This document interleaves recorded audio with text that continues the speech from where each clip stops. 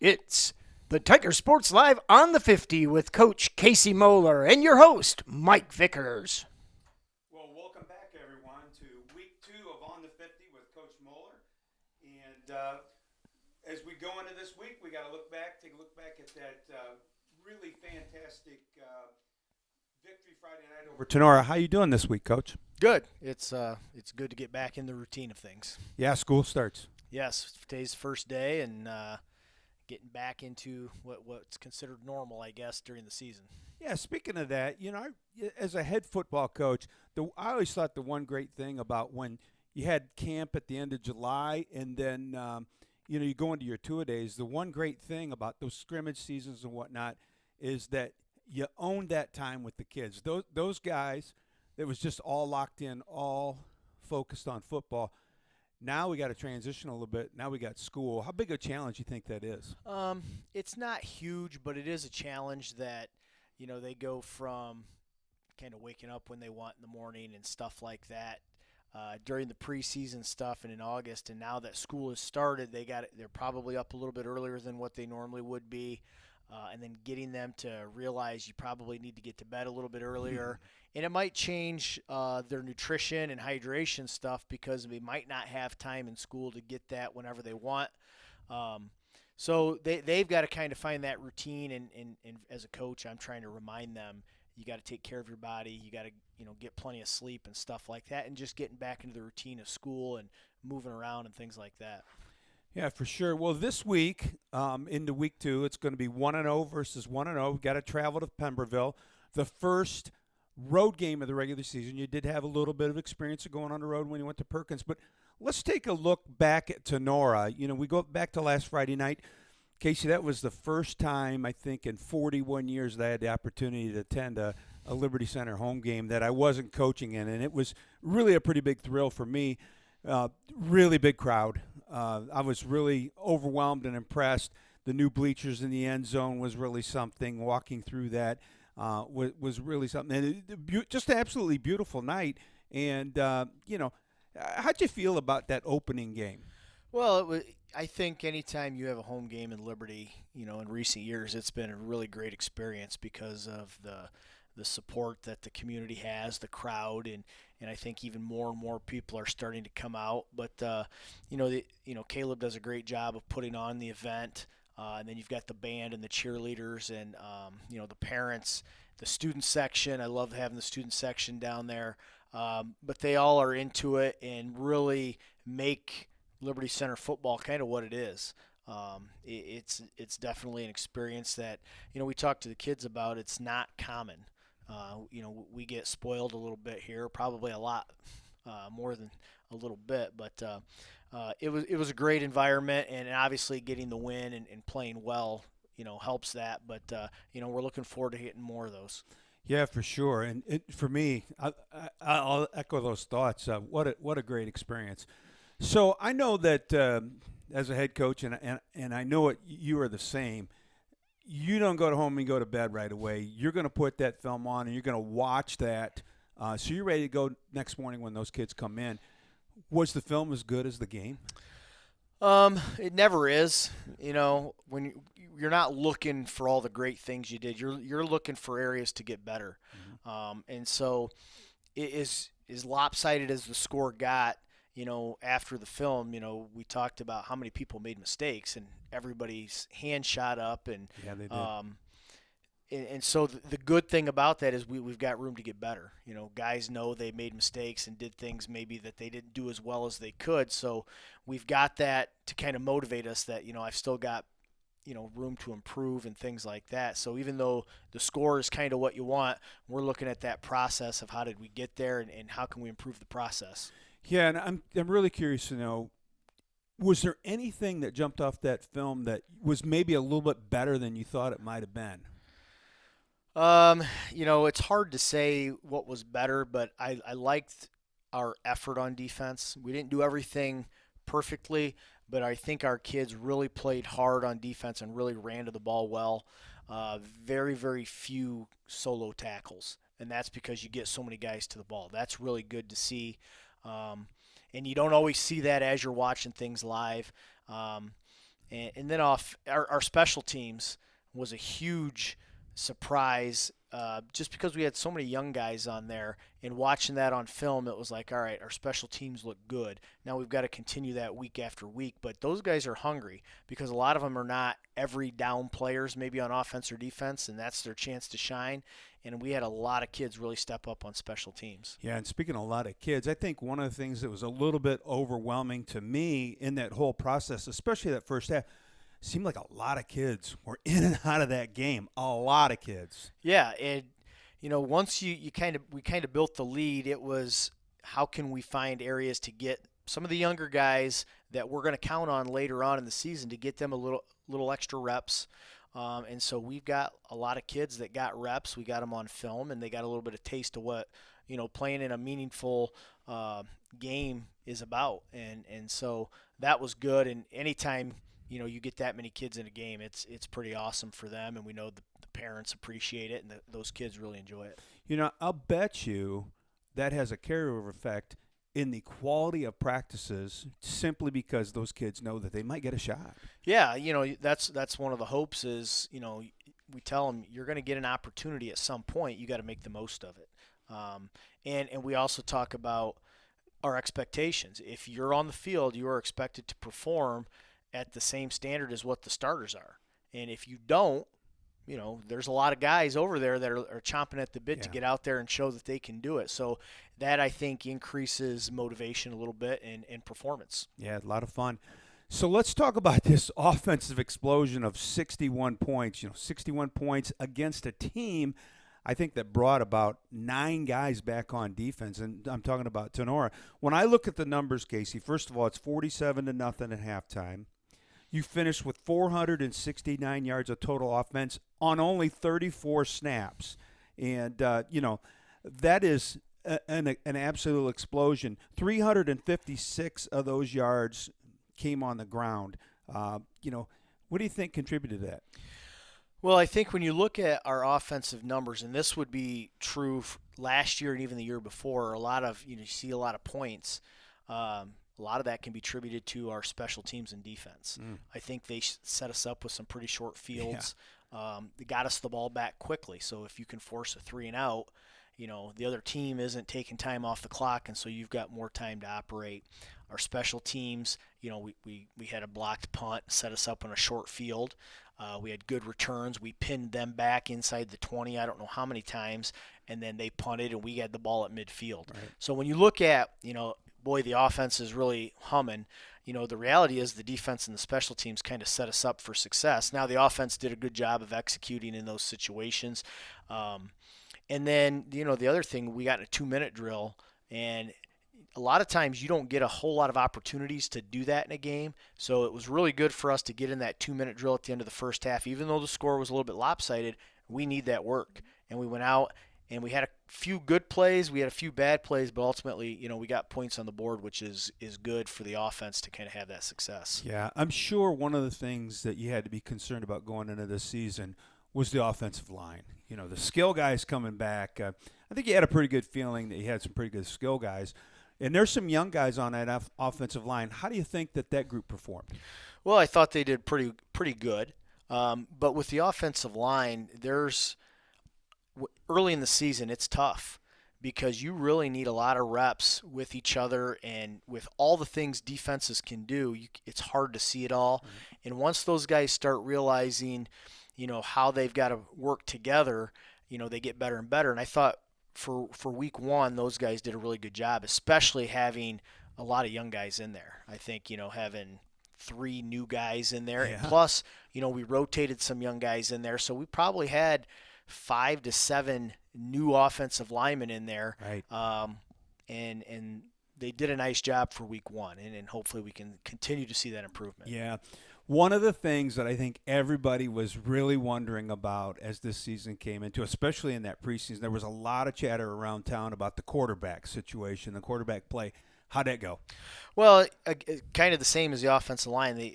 A lot of reps are needed, but I was pleased. We had 1 turnover there, and we had a couple sacks that I think just attributed to youth and inexperience, but you saw flashes of what can be done with his legs on the ground, and then Max coming in and throwing a great Yeah, it pass was over the great. middle. And what people don't see on that is did a great job of faking, making it look like a run, and allowing the our wingback to get out there. But those guys both did a nice job of playing with poise. Um, Even when they made mistakes, it wasn't like there was panic or Right. doubt or anything like that. It was just move on to the next play, and that's kind of what you need at that position. Yeah, what's kind of great about those two, they're kind of contrasting styles. Mm-hmm. You got Jack that plays a lot with his feet and just pure athleticism, and then Max comes in. He's kind of that old school pro drop back formation, kind of quarterback. Yeah, and what's great is not just those two, and then throw Levi and even Bryce in there. How much they work together.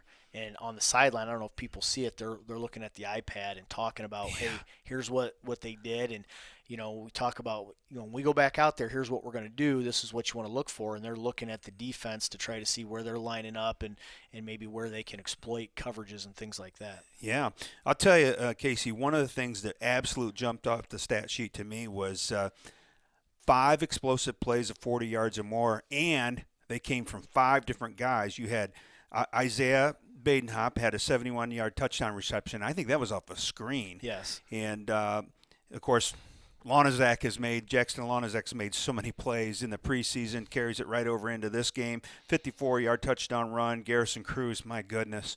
I wouldn't want to play defensive back and see him come into the next level. He is a freight train, 54-yard touchdown run, and then you had Jack Badenhop with a 47-yard touchdown run, and then even later in the game, Caleb Lester with a 42-yard touchdown run. Those 5 different players, how do you relate that to schematics? Do you relate that to just guys making plays? How's that looking for you right now? Well, I think first, those are some really talented guys. They have a lot of God-given ability. It's not like a lot of coaching going on there, but we like matchups especially with Jackson and Garrison getting into the secondary because of their size, Yes. strength, and speed. There's not a lot of DBs that are going to match up with them. So if we can get those guys to that level, we like our chances. And then, Jack is another one who, a lot of people probably don't know exactly what he can do, but he's an explosive athlete. Just has a knack for anticipating things and seeing things before anybody else. And Isaiah's the same way. Isaiah showed flashes of that last year, and our hope is to get him the ball more this year because of that. Last year we saw it a lot on special teams, punt and kick returns, and he has a lot of ability. So if we can get the Yes. ball in his hands, he's got a great burst, good speed, quickness, and deceptive strength. He's stronger than what people realize, and he can break tackles in the secondary, and he did on his touchdown. And then Caleb Lester is a young guy Yep. who has more potential, I think, than what he realizes.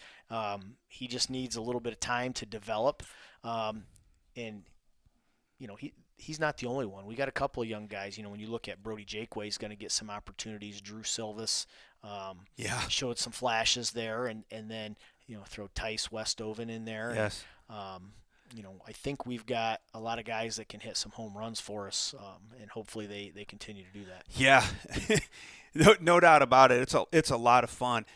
Not to single anybody out, but it was one day, just kind of give you experience of me coming in and seeing during camp and during 2 days. That one day I walked over to Isaiah and I said, Isaiah, you're a good basketball player, but I said, dude, you're a really, really good football player, and all those attributes you talked about, I saw. It's a lot of fun.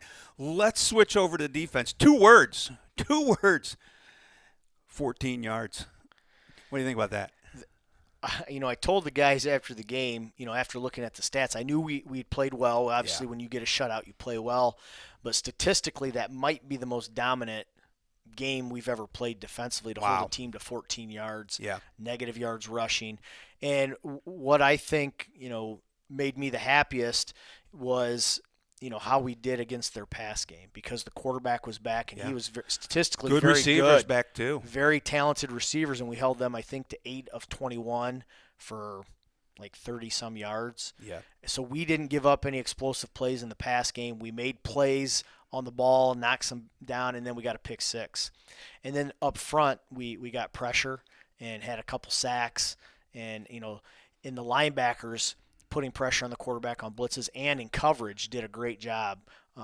So that unit really played Yeah. well, and anytime you play really good defense, you're going to give yourself a chance, Yeah. even if the offense isn't clicking. So hopefully we can continue that because we're going to have some big challenges coming up here, obviously Yeah. this week. So we need to kind of build off of what we did.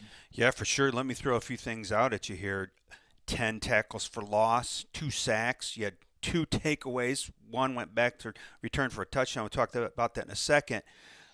Tenor, I don't know if you realize, 0 for 11 on third down, 9 punts. And if I have it right, they only earned 1 first down without penalty, and that was on like a little comeback route right at the sticks that I think your guy was all over him, and the guy made a good catch and moved the sticks. But like you said, a really dominant defensive performance. What do you think? One of the things that makes it really difficult for teams to play against your defense? Well, we have really good players. One, and then two, how hard those guys work at their craft, whether it be pass rush or reads and drops and things Sure. like that. And I think the coaching staff does a fantastic job of putting guys in the right position to make plays. What's their skill set is, where can we use them, and just making sure that then you got to mesh that and make sure everybody's on the same page. And I think each position coach does a fantastic job with their group, and then Coach Brian kind of brings them all together does. and really works making sure they understand what the other team's trying to do Yeah. formationally and in situations, and then our guys are prepared for that. And I think it's simple enough that they can go out and play fast, but it's complex enough that other teams struggle to understand what we're trying to do. We disguise some things and stuff like that, change coverages. But when you add all that together, and then obviously really good players that set a high standard, and then sprinkle some young guys in there to get them experience and understand what it takes, is kind of what we got. Yeah, it's really cool. Everybody likes to get off to a fast start. Okay, I think Tenora took the ball. Mm-hmm. They chose to take the ball, and so a lot of pressure is to still get off to a fast start. And I believe it was the second play of the game. Ethan Gray came up with a big one. Kind of talk us through that a little bit. Well, that was one where I'm going to give credit to Coach Brian on that. He made a great call, kind of changing our coverage from our base coverage, and put Ethan in a position to kind of be where he was. And then with Ethan, he's a great player, and he's another one of those athletes that sees things before they happen. Yeah. He realizes what's going on before the offense does. And he read that and just made a play. And I was kind of watching the quarterback and see him dump it to the right. And so I'm looking for the back over there. And next thing you know, you just see a black streak come flying through there. And it's like, oh, my gosh, he just scored a touchdown. Yeah. But those are types of things that, like, Ethan and Isaiah can do out there because of their athleticism, their vision. It's a luxury to have one of those guys, and we've got 2 of them back there, and we're really blessed. But, it's just a combination of Coach Brian's call and then those guys being able to execute it. Yeah, that was quite a play, because as I saw that and the quarterback kind of lofted over there, I thought, oh, gosh, this kid's going to get wiped out. And he didn't wipe him out. He stepped in front of it and took that back for a touchdown. It was great. So let's talk just a minute about the third phase, and that's your special teams unit, because I think, you're always wondering about how they're going to play, because they're kind of the next line of guys that are coming in. This is where the young guys come in and they contribute. Yeah, you put some veterans on there to kind of keep the glue, to keep everything together. But overall, really pleased with the way our special teams played. And again, a lot of question marks there with guys on the coverage units. Even kicking, Max had a little bit of experience, but hadn't been the full-time kicker. Right. And kicking's another thing that it takes time to kind of get to, peak performance. So early in the season, the kicks don't look as good. And then he came out Friday, and it's the best he's kicked all season for us. He had a couple touchbacks. got it inside the 10. And I think our guys on those coverage units like that better than, last year Max was putting them in the end zone and they don't Yes. get a chance to tackle. Yeah. These guys are chomping at the bit to go run down and make plays. And then just different guys on those coverage units stepping up and making plays. Yeah, I don't know how many times it happened, but you scored. I can't remember how many touchdowns in the first. It was 47-0. So, but what's happening is this cycle of we're going to kick it off. One of them goes into the end zone, so that's a out to the 20. But then, like you said, some of those didn't go into the end zone. And next thing you know, you're tackling those guys inside the 20.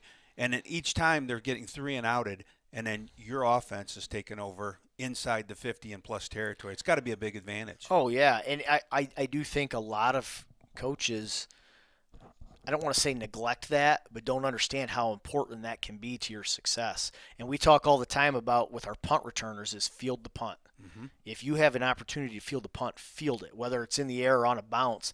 And I thought we did a great job of fielding punts. I think there was one we weren't able to. And again, that's not because we let it happen, but it just wasn't a good enough punt for us to field. But we did a really good job of fielding punts, and it set us up in really good field position. So if you catch it at midfield and even gain 5 yards, you're in plus territory. And then you got Isaiah back there who's plus 15 yards. Ethan is plus 10, plus 15. Yeah, it's scary. And that's on a bad return. Right. And then we got Roston Peters back there. We're trying to get him some experience, and as long as he catches punts, he's doing us a favor. And then anything you can add on that's a bonus. We still have to clean some things up on those units, but those were big for us. Yeah, for sure. Speaking about big, here was some impact plays. Cole Spangler blocks a punt, sets up a touchdown. You mentioned about Isaiah. He had 2 punt returns for 32 yards. Max Perry put that ball in the end zone on that one, and then Garrison Cruz punted down inside the 20 one time, and I thought overall. So I guess it's time to shift gears. So now we're into week 2. Mm-hmm. 1-0 versus 1-0. You got to go over to Pemberville. It's a great place. They got good kettle corn, so if you need a pregame snack, you're going to be in really good shape. So what's your thoughts about going on the road early in the season like this? Well, you always kind of wonder, how you're going to react not being at home. The good thing is we did get to travel to Perkins, so you get a little bit of experience there. And we do have guys that obviously have played on the road, especially in like playoff situations, so we should be ready for that. I've coached teams where we played better on the road. And hopefully that's the case this year because we have more road games than home. But we also know how good of a program Eastwood is. So just being on the road is a challenge. And then when you face a team like Eastwood, that's an even bigger challenge. Yeah, for sure. They just have year in and year out, all the way back to, oh my goodness, into the 80s when Jerry Rutherford took over and had that storied career. And then when his son took over and now with what's going on over there. Very experienced team again. Very experienced, especially offensively. When you turn that film on, how obvious is some of their experience? It pops out because you can see a quarterback who understands what he's supposed to do. He gets the ball to people in the right spot at the right time, and then they've got great athletes all over the field. Yeah. I mean, it's kind of one of those programs, in high school, sometimes you run a spread offense and you got like one guy that you can get the ball to. They've got like 4 or 5 that can make plays. For sure. And the quarterback that can pull the trigger, he's an elite athlete. He was first team All-Ohio as a sophomore on defense. Right. And now he's on offense, and you look at what he did. He quarterbacked, I think, 5 games for them last year and completed like 71% of his passes, which is astronomical.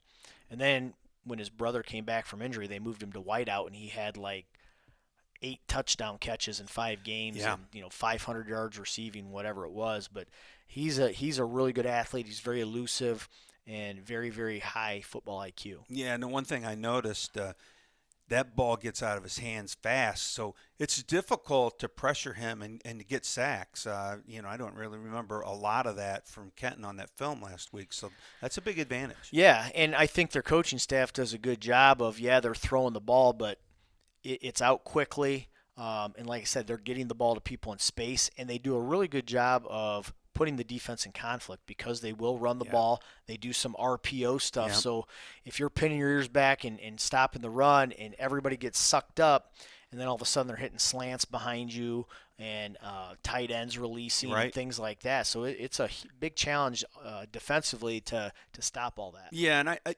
the other component of their passing game that screens. Hmm. They threw a fair amount of screens. Last week versus Kenton, talk about being right on cue with your numbers. They ran 71 offensive plays. That's a lot of offensive plays. That's more than double what we. That's double That's what we right. did. That's right.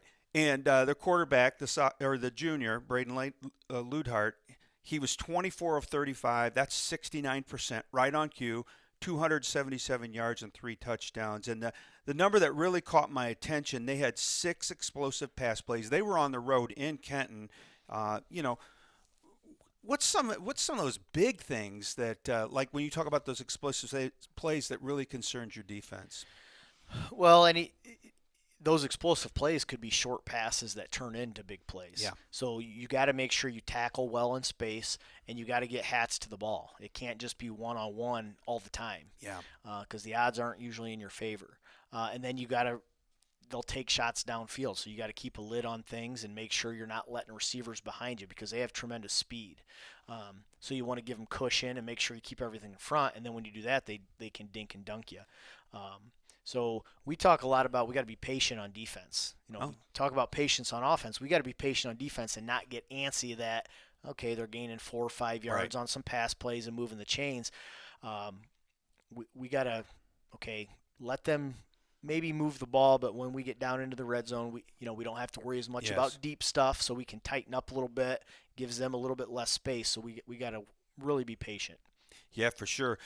They do have several receivers. It makes it really challenging for a defense, but they also have an alpha. Number two, Cam Shoemaker.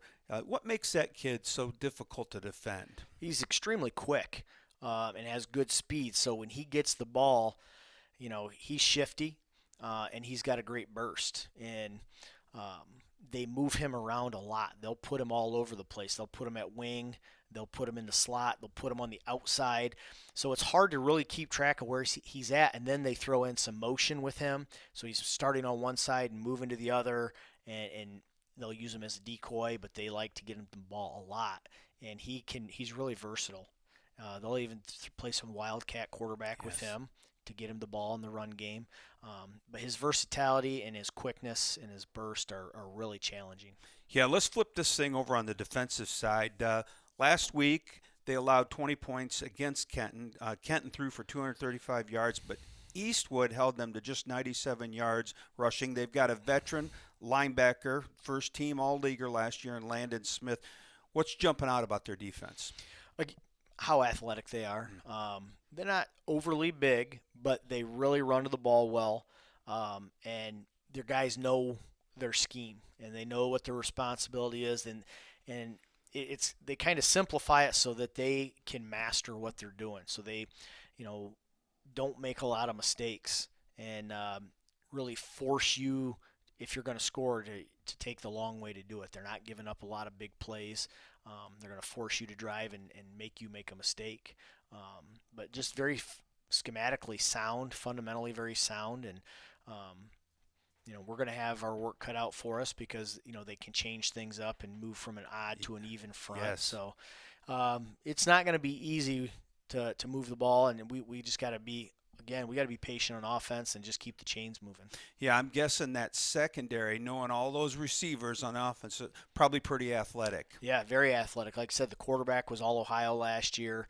If you hang a ball up in the air, he's going to go get it. He's very, very athletic and understands timing and anticipation and does a good job with that. Yeah. How about special teams?